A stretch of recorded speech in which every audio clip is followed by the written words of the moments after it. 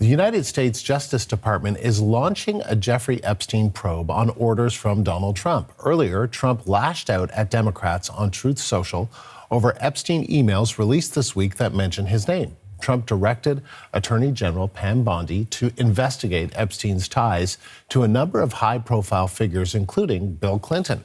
The CBC's Katie Nicholson joins us now from Washington. So, Katie, what exactly is this investigation going to be about? Well, we aren't entirely sure in that the Southern District of New York, where this has apparently landed, hasn't commented publicly on this. But just to walk you through what happened, the U.S. President, Donald Trump, he made a request, and essentially the Attorney General, Pam Bondi, she just responded. All of this playing out as it often does in this administration on social media. So earlier today, the president posted his frustration with what he calls the Epstein hoax and blamed Democrats for using Epstein as a way to deflect from the now over government shutdown. And so what he did is he directed his Attorney General to investigate some Democrats, a number of high-profile people. So here's a little bit of that original post.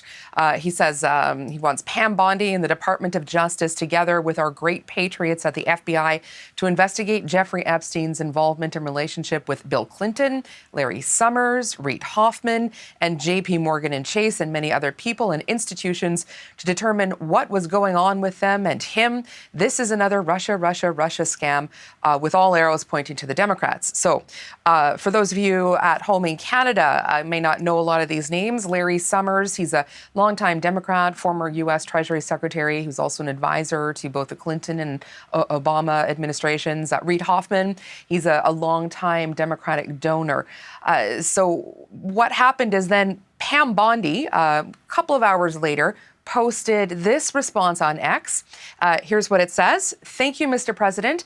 SDNY, that's the Southern District of New York, U.S. Attorney Jay Clayton is one of the most capable and trusted prosecutors in the country, and I've asked him to take the lead. As with all matters, the department will pursue this with urgency and integrity to deliver answers to the American people. So, Andrew, Jay Clayton, he was officially installed in this role back in August. He was serving there as on an interim basis since April, but he was previously the Securities and Exchange Commissioner in the first Trump administration. He is considered to be a close Trump ally. Now he has been given marching orders from the Attorney General to, if you take it from Trump's earlier post, look into the ties of some of these prominent Democrats or alleged ties to Jeffrey Epstein.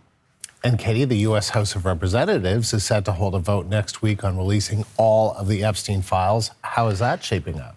Right. So this all comes from that bipartisan discharge petition. I got that final signature when that last Democrat who had been waiting for 7 weeks to be sworn in was finally sworn in on Wednesday night.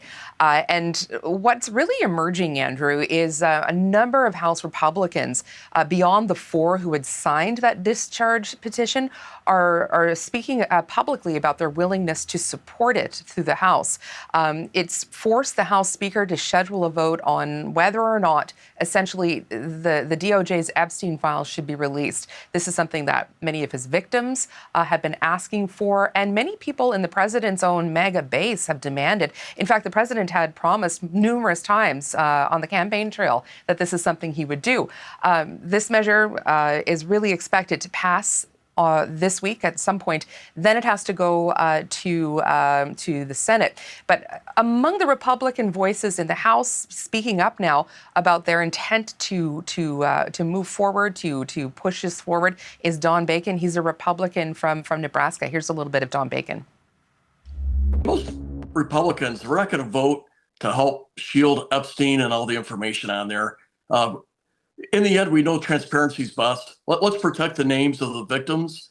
That's my view. If we can protect the victims' names, then everything else, let's put it out. And I know there's concerns. There may be someone like, okay, we had dinner with Epstein. We didn't do anything but dinner. Okay, just tell people that. Be honest about what happened and your relationship with them. If your name happens to be in there, I think we'll be fine. So sort of a growing groundswell among House Republicans there indicating they're going to vote for this. And then it would go to the Senate, which is Republican-held, Republican majority, and questions about whether or not they are going to pass this. If it passes both chambers, of course, it will end up on the president's desk, and he's going to have to either sign it or not. And if he doesn't, there may be significant blowback from even within his own party. Katie, thank you. The CBC's Katie Nicholson live in Washington.